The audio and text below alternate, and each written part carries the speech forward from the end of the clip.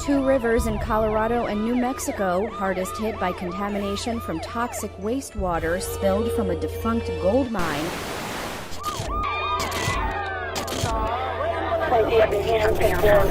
There may be a doubt that we the human beings have adorned this world, but there is no doubt at all that we the humankind have damaged it the most. A river in the Chinese province of Henan has turned a blue fatal red. He has needlessly and recklessly put millions of people at risk. Tonight, after a leak at a chemical plant this weekend, left 4 workers dead, another hospitalized. We've been very concerned about safety in the oil fields. In fact, this is the 4th case. Our case study describes an ineffective process safety management program at the plant at the time of the incident. Cutting forest, encroaching oceans, altering river courses, and invading habitats, all in the name of development, have finally started footing the bill.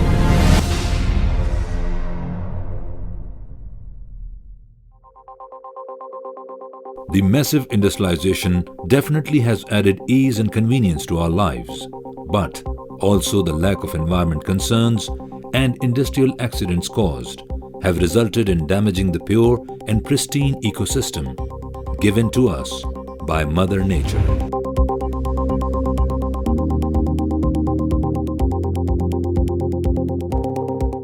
The concerns have graduated from small-scale petitions to world-stage protests.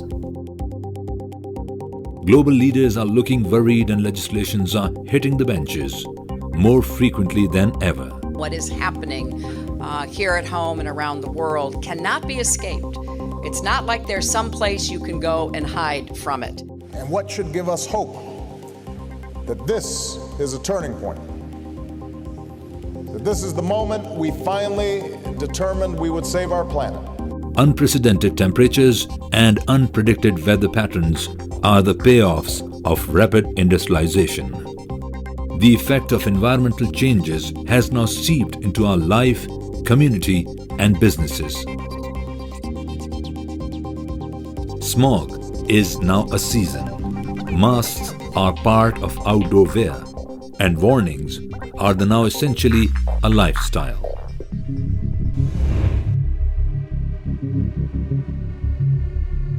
With climate change and environment protection as a global agenda at the highest forums in the world, every industry is now listing environmental regulations. There are several raw materials that are used at our manufacturing facilities every day, in small and big quantities. Are we aware of the real environment impact of these daily used products? Let's take an example of caustic soda, a chemical used sparingly in a lot of different industries as raw material. The chemical itself is so corrosive that if not handled properly can result in severe accidents. Not just the handling, which is of primary concern, the production process, handling of byproducts, storage, and transportation of these chemicals are also of immense importance. The safety and environmental concerns are at the heart of chloralkali value chain, given the hazards involved. The manufacturing process of caustic soda entails release of dangerous gases such as chlorine. Chlorine is one of the deadliest gases manufactured commercially and has also been used in conflicts as a weapon due to its ominous deadly characteristics. Once released in the environment, the effects can be devastating, ranging from burns to lifelong ailments such as cancer, damage to livestock, agricultural produce, and other natural resources in the immediate fraternities. One such accident occurred in Graniteville, South Carolina, on January 6, 2005, in which 9 people were killed and over 250 people were treated for toxic chlorine exposure. In total, 5,400 residents within 1 mile of the crash site were forced to evacuate for nearly 2 weeks, while the teams and cleanup crews decontaminated the area. Additionally, the disaster approximately cost between 30 to 40 million US dollars directly, and many businesses in the surrounding area were forced to shut down. As evident from this example and what has been narrated earlier, we can surely agree that the hazardous nature of these products greatly increases the responsibility of manufacturers utilizing or producing chlorine-based products. These chemicals or their waste should never be released in the atmosphere directly, but should either be neutralized or utilized.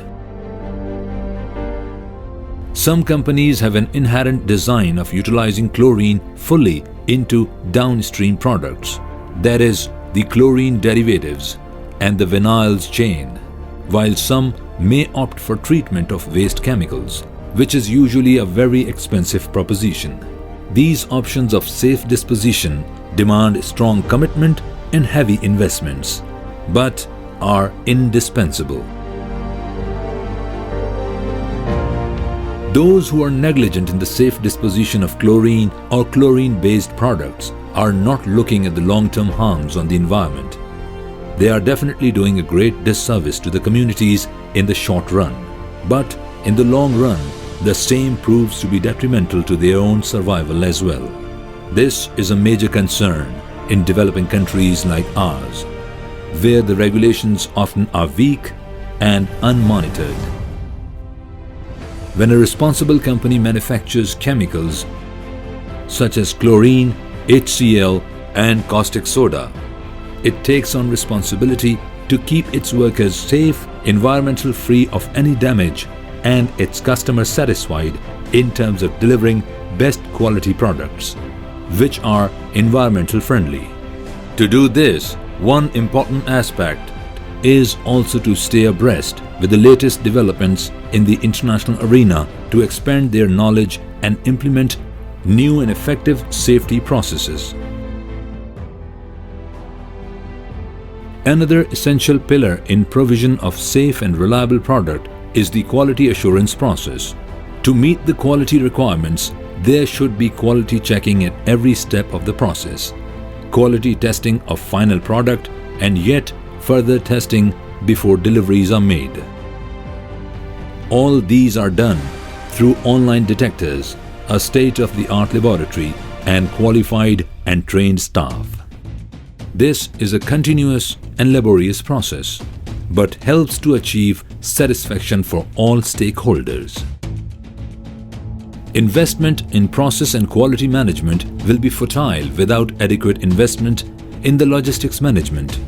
To ensure that the product remains free from contaminants, tankers carrying caustic soda are epoxy-lined, ensuring that the products maintain its concertation when it reaches its destination is one aspect of good logistics management.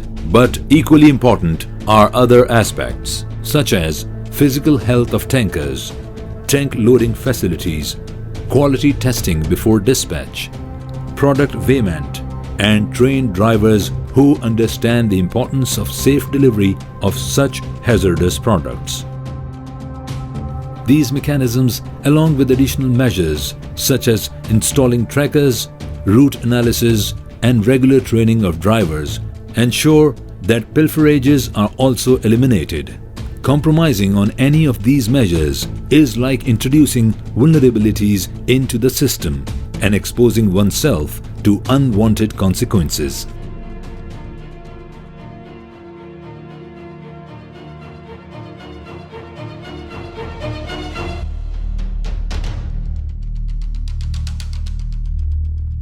While many suppliers take their commitment to safety and environment very seriously, some have also displayed not so desirable actions, which has prompted the global business communities to introduce strict compliance procedures and mandatory fulfillment of audits and certification requirements.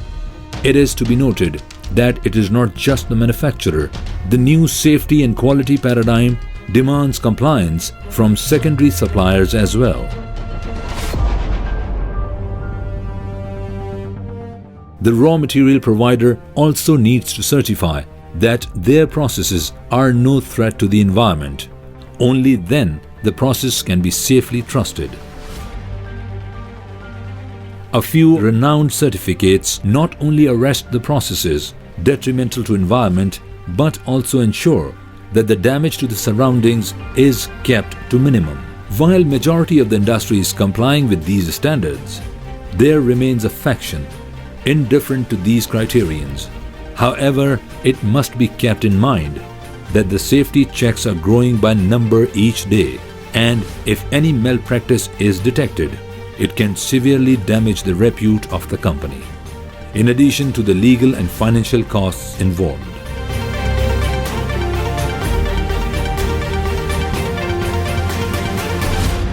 So, are we all taking adequate steps to ensure that our entire supply chain is committed to promote and execute safety and environmental requirements laid out by our stakeholders? Are they promoting our business growth or silently jeopardizing our business? You would not want to be caught off guard. It's time to think and act. Choose your suppliers wisely.